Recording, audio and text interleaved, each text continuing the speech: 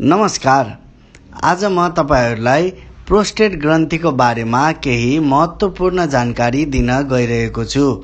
सुरुमा बुझौं प्रोस्टेट ग्रन्थी के हो।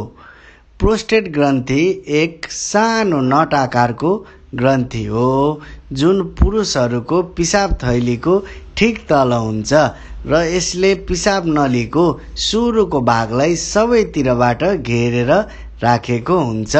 जस्तै यो इमेजलाई हेर्नुहोस्।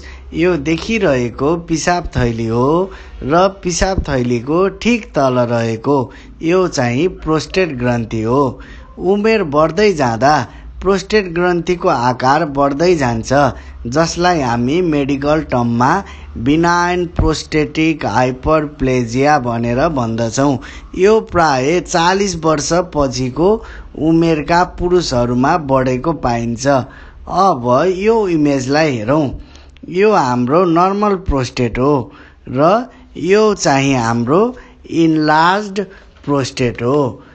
नर्मल प्रोस्टेटमा हाम्रो पिसाब नली एकदम नर्मल हुन्छ, तर जब हाम्रो प्रोस्टेटको आकार बढ्दै जान्छ, हाम्रो पिसाब थैलीलाई र पिसाब नली दुवैलाई प्रोस्टेटले दबाब दिन थाल्छ र यसले गर्दा हाम्रो पिसाब नली साँघुरो भएर धेरै समस्याहरू निम्तिन सक्छ। अब बुझौं प्रोस्टेटको आकार बढेको छ भने कस्ता लक्षणहरू देखिन्छन्।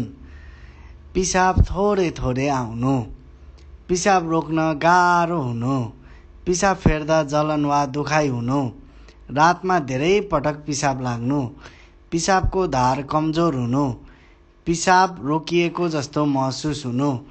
यस्ता लक्षणहरू देखा परेमा तुरुन्तै डाक्टरसँग सल्लाह लिनुपर्छ। प्रोस्टेटको उपचारहरू। औषधि। डाक्टरले दिने औषधिले प्रोस्टेटको आकार घटाउन र पिसाबमा आउने समस्याहरूलाई कम गर्न मद्दत गर्छ। केही औषधिहरूले हर्मोनमा पनि असर गर्छन्, जसले प्रोस्टेट सानो बनाउन मद्दत गर्छ।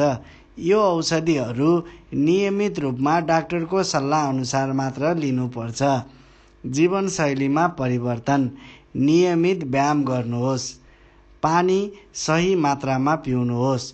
क्याफिन र अल्कोहल कम गर्नुहोस्। पिसाब रोक्ने बानी नगर्नुहोस्। समयमै पिसाब गर्नुहोस्। सर्जरी। जब औषधिले काम गर्दैन वा समस्या अत्याधिक हुन्छ, तब डाक्टरले सर्जरीको सुझाव दिन सक्नुहुन्छ। Transurethral resection of the prostate TURP जस्ता प्रक्रिया मार्फत प्रोस्टेटको एक भाग हटाएर पिसाबको प्रवाहलाई सुधार गर्न सकिन्छ। आशा छ यो जानकारीले तपाईलाई प्रोस्टेटको बारेमा बुझ्न मद्दत गर्यो।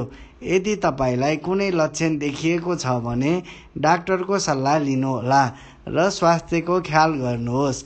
यसरी नै स्वास्थ्यको सम्बन्धी जानकारी लिनको लागि हाम्रो च्यानललाई सब्स्क्राइब गर्न नबिर्सनुहोला। धन्यवाद।